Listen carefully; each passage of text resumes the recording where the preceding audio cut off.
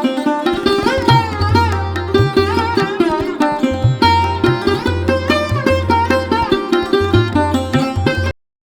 தொலைக்காட்சி நேயர்களுக்கு வணக்கம். நல்லதை சொல்வோம், நல்லதை செய்வோம், நல்லதே நடக்கும். இன்று 6/5/2023 சனிக்கிழமை. விசாகம் நட்சத்திரம் இரவு 9:58 வரை, பிறகு அனுஷம் நட்சத்திரம். இன்றைக்கு நான் உங்களுக்கு சொல்ல இருக்கிற நல்ல கருத்து விரதங்களை பற்றி சொல்ல போகிறேன்.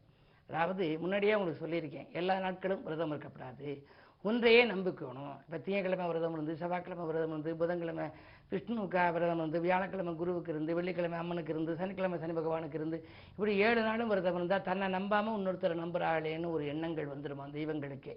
அதனால ஏக விரதம் அல்லது மாதத்தில் 2 நாள் இந்த திதி பார்த்து விரதம் இருக்கலாம், நட்சத்திரம் பார்த்து விரதம் இருக்கலாம், அப்படியெல்லாம் இருக்கணும். இப்போதைக்கு இந்த ஆண்டு செழிப்பாக இருக்க 12 ராசிக்காரர்களும் எந்த விரதம் இருந்தால் நல்லது அப்படின்னு சொல்லி நீங்கள் தெரிஞ்சுக்கணும். மேசராசின்னு எடுத்துக்கிட்டோம்னா சனி இப்போ பார்க்குது. சனி கும்பராசியிலேருந்து சனி பார்க்குது. அப்போ சனியினுடைய பார்வையில் மேசராசி இருக்கிறதுனால எவ்வளவுதான் ராசியில் இப்போ குரு இருந்து நன்மை செய்தாலும் கூட சனி பார்வையினால் சில காரியங்களில் அவர்களுக்கு தடை வரும், மனக்லேசங்கள் உண்டாகும், உறவினர் பகை வரலாம், உடன்பிறப்புகளுக்கெல்லாம் பிரச்சனைகள் உருவாக்கி இருக்கும், உடன்பிறப்புகளுடைய வாழ்க்கையில் பிரச்சனைகள் எல்லாம் உருவாகலாம். அப்படியெல்லாம் இருக்கிற போது அவர்கள் என்ன விரதம் இருந்தால் நல்லது அப்படின்னா சதுர்த்தி விரதம் இருக்கணும். ஏன்? சனி பிடிக்காத தெய்வம் எது அப்படின்னா பிள்ளையார், அனுமன். இந்த 2ல் ஒன்றா தேர்ந்தெடுத்துக்கணும். சதுர்த்தி விரதம்ங்கிறது சதுரம்னா 4ன்னு அர்த்தம். 4 திசைகளிலும் உள்ள கோடு பூர்த்தி ஆகிறதுக்கு சதுரம்ங்கிறோம்.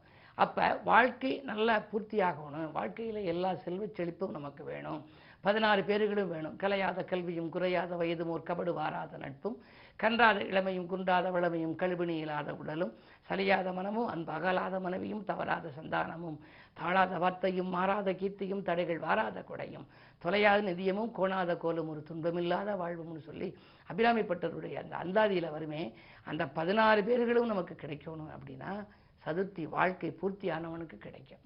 அப்படி வாழ்க்கை நல்ல சிறப்பாக அமையணும்னா சதுர்த்தி விரதம் இருக்கணும். சதுர்த்தி விரதம் யார் இருக்கணும் அப்படின்னா எல்லாருமே இருக்கலாம், குறிப்பாக இப்போதைக்கு மேசராசிக்காரர்கள் இருக்கணும். அப்படி இருந்து சதுர்த்திக்கு ஒவ்வொரு சதுர்த்திக்கும் மோதகத்தை கொண்டு போய் கொடுக்கணும். மோதக பிரியன்கிறது பிள்ளையார். மோதகத்தில் பிரிய வைத்தாய் விநாயக பெருமான், முன்கையால் அருள் வழங்கும் விநாயக பெருமான்னு சொல்லி நான் சொல்கிறது வழக்கம். பிள்ளையார் பட்டியில் வடக்கு பார்த்த பிள்ளையார் இருக்கார். உங்கள் அருகாமையில் இருக்க பிள்ளையாரையும் நீங்கள் கும்பிடலாம். எங்கள் ஊருக்கு பக்கத்தில் என்னுடைய சொந்த ஊர் சிவகங்கை மாவட்டம் திருப்பத்தூருக்கு பக்கத்தில் இருக்கக்கூடிய கீழச்சிவல்பட்டி. எங்கள் ஊர்லேருந்து 8 கிலோமீட்டர் தூரத்தில் பிள்ளையார்பட்டின்னு ஒரு ஊர். கற்பக விநாயகர், கனவுகளை நனவாக்கும் கற்பக விநாயகர்னு இருக்குது. அதுக்கு ஒரு பாடல், அருகம்புள்ளையள்ளி ஆனைமுகன் உனக்களிக்க பெருகும் பொன்னையள்ளி பெருமையுடன் தருபவன் நீ, உருகி மனமுருகி உனைத்தொழுது போற்றுகின்றேன் அருகில் வந்தம்மை ஆதரிப்பாய் கற்பகமேனு கற்பக விநாயகர் கவசம் ஒரு பாடல்லாம் அது 40-50 பாடல் இருக்கும், நான் எழுதியிருக்கேன். அதில் இது ஒரு பாடல். இந்த பாடலை என்னுடைய ஆலோசனை பெற ஒருத்தர் தினமும் படித்து கும்பிடுவார், சதுர்த்தியில் விரதம் இருப்பார். அருகம்புள்ளையள்ளி ஆனைமுகன் உனக்களிக்க பெருகும் பொன்னையள்ளி பெருமையுடன் தருபவன்னின்னு சொன்னோம் இல்லையா. அவருடைய புதல்விக்கு கல்யாணம் வச்சுருந்தார். அப்போ எதிர்பாராத விதத்தில் கிஃப்டாக ஒரு நிறுவனத்திலேருந்து ஒரு கூப்பன் கொடுத்தாங்க. அதுலேருந்து 15 பவுன் நகை அவங்களுக்கு அந்த கூப்பனில் அவங்களுக்கு முதல் பரிசாக கிடைத்தது. அப்போ சொன்னார், பெருகும் பொன்னையள்ளி பெருமையுடன் தருபவன்னின்னு நீங்கள் எழுதியிருக்கீங்க, இதை படித்து கும்பிட கும்பிட கும்பிட என்னுடைய இந்த கல்யாணத்துக்குள்ள சீர்வரிசைக்குன்னு கொடுக்க நினைச்சிருந்தேன், அந்த 15 பவுன் நகை இது வந்துருச்சுன்னு சொன்னார். காரணம், விநாயக பெருமான் தும்பிக்கையானை நம்பிக்கையோடு கும்பிட்டால் இன்பங்கள் இல்லம் தேடி வருங்கிறாங்க. அதை இது மாதிரி சதுர்த்தியில் விரதம் இருக்கிறது மேசராசிக்காரர்கள் இருந்தால் நல்ல பலன் கிடைக்கும். இப்படி தொடர்ந்து 12 ராசிக்காரர்களுக்கும் எதிலே விரதம் இருந்தால், எந்த நாளில் விரதம் இருந்தால் எப்படிப்பட்ட பலன் கிடைக்கும் என்பதை பற்றி தொடர்ந்து தந்தி தொலைக்காட்சியிலே சொல்வேன் என்று சொல்லி இன்றைய ராசி பலன்களை இப்பொழுது உங்களுக்கு வழங்கப் போகின்றேன். மேசராசி நேயர்களே, இன்று மாலை 4 மணி 1 நிமிடத்துக்கு மேல் உங்களுக்கு சந்திராஷ்டமம். எனவே காலை நேரம் கலகலப்பாக இருக்கும், மாலை நேரம் சலசலப்பாக இருக்கும். எதை செய்தாலும் நீங்கள் கொஞ்சம் யோசித்து செய்ய வேண்டும், இறைவனை பூசித்து செய்ய வேண்டும். அதே நேரத்தில் மனக்கசப்பு தரும் சம்பவங்களும் நடைபெறலாம். யாரிடமும் எந்த பொறுப்பும் கொடுக்க வேண்டாம். பிறரிடம் பொறுப்பு கொடுக்கும் முன்னும் கொஞ்சம் சிந்திப்பது நல்லது. குறிப்பாக உத்தியோகத்தில் பணப்பொறுப்பில் இருப்பவர்கள் கவனமாக செயல்பட வேண்டும். ரிஷபராசினியர்களே, உங்களுக்கெல்லாம் இந்த நல்லவர்களின் தொடர்பால் நலம் காணுகின்ற நாள். நாட்டுப்பற்று மிக்கவர்களின் ஒத்துழைப்பால் கூட்டு முயற்சியில் வெற்றி கிடைக்கும். உத்தியோகத்தில் உங்களுக்கு மேலதிகாரிகள் எதிர்பார்த்த நற்பலனை கொடுப்பார்கள். தடைப்பட்ட பதவி உயர்வு கூட தானாக வரலாம். இந்த நாள் நல்ல நாள். மிதுனராசி நேயர்களே, உங்களுக்கு செவ்வாய் சுக்கிர சேர்க்கை இருப்பதனால் இன்று உங்களுடைய அலுவலக பணிகள் எல்லாம் இன்று சிறப்பாக முடியும். அதே நேரத்தில் அதிகார அந்தஸ்துக்கு நீங்கள் உயர்த்தப்படுவீர்கள். உங்களுக்கு மேல் பதவிகள் கிடைக்கலாம். பொதுவாக செவ்வாய் சுக்கிர சேர்க்கை என்பது மிக அற்புதமான பலனை கொடுக்கக்கூடியது. அது மட்டுமல்ல, லாபஸ்தானத்தில் குருவும் இருப்பதால் பொருளாதார பற்றாக்குறை அகலும். நினைத்தது நிறைவேறுகின்ற நாளாக இந்த நாள் உங்களுக்கு அமைகிறது. கடகராசி நேயர்களே, ஆதாயம் தரும் தகவலில் அக்கறை காட்டுகின்ற நாள். இன்று ஆன்மீக நாட்டம் உங்களுக்கு அதிகரிக்கும். குரு 10லே இருப்பதனாலே உத்தியோகத்திலே நல்ல மாற்றங்கள் ஏற்படலாம். புதிய வேலைக்காக நீங்கள் ஏதேனும் முயற்சி எடுத்தால் அது இதுவரை இருந்த தாமதங்கள் இப்பொழுது அகலும். அதிக சம்பளம் தருவதாக சொல்லி அயல் மாநிலங்களிலிருந்தோ அல்லது அயல் நாட்டிலிருந்தோ கூட உங்களுக்கு அழைப்புகள் வரலாம். அஷ்டமத்து சனியின் ஆதிக்கம் இருப்பதால் இடமாற்றங்கள், வீடு மாற்றங்கள் இனிமை தரும். சிம்மராசி நேயர்களே, உங்களுக்கெல்லாம் பூமி விற்பனையால் பொருளாதார நிலை உயர்கின்ற நாள். புதிய நண்பர்களின் சந்திப்பு உண்டு. தொடரும் வெற்றிகளால் உங்களுக்கு துணிவும் தன்னம்பிக்கையும் கூடும். அதே நேரத்தில் பரபரப்பாக செயல்பட்டு அலுவலகத்தில் பாராட்டு மழையில் நீங்கள் நனையப் போகின்றீர்கள். இழந்த பதவியும் உங்களுக்கு கிடைக்கும். இழந்த செல்வாக்கு மீண்டும் பெறும் யோகம் உண்டு. குரு பார்வை இருப்பதால் கவலைப்பட வேண்டாம். கன்னிராசி நேயர்களே, அஷ்டமத்திலே 4 கிரகங்களின் ஆதிக்கம் இருக்கின்ற பொழுது உங்களுக்கு மிக மிக மிக கவனம் தேவை. விடாமுயற்சி இருந்தாலும் வெற்றி கிட்டுவது சந்தேகம். அருகில் இருப்பவர்களெல்லாம் உங்களுக்கு ஆதரவு கரம் நீட்டுவதாக சொல்லி கடைசி நேரத்தில் கையை விரிக்கலாம். உடல்நல பிரச்சனையும் அதிகரிக்கும். உடல்நலத்தில் ஏதேனும் திடீரென சிக்கல்கள் உங்களுக்கோ உங்களை சார்ந்த குடும்பத்தினர்களுக்கோ வந்து மருத்துவ செலவுகளை உருவாக்கலாம். மனக்கலக்கம் அதிகரிக்கும் இந்த நாளில் சனிக்கிழமை என்பதனாலே சனி பகவானை கும்பிடுவது நல்லது.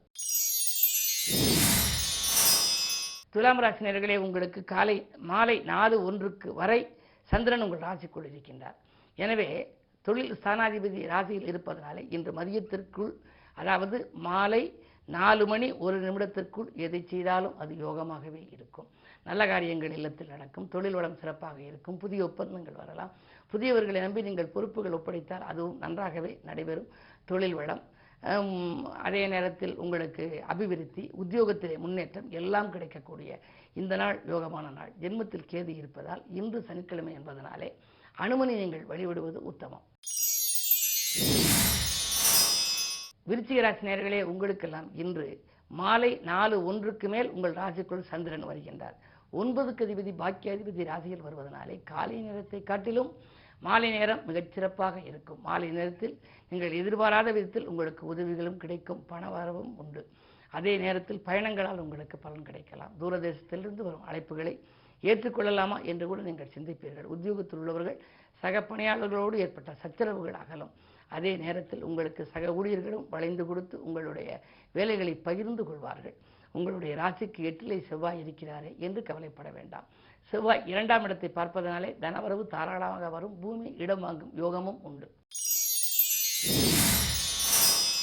தனுசு ராசி நேயர்களே, உங்களுக்கு விரயங்கள் அதிகரிக்கும் நாள். வீடு மாற்றங்களும் நாடு மாற்றங்களும் ஏற்படலாம். சுப செலவுகளும் உங்களுக்கு உண்டு.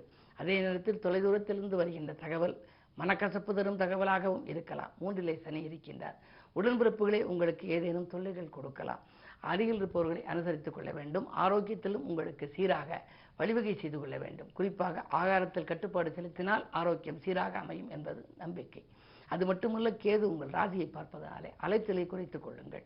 இரவு நேர பயணங்களை தவிர்ப்பது நல்லது.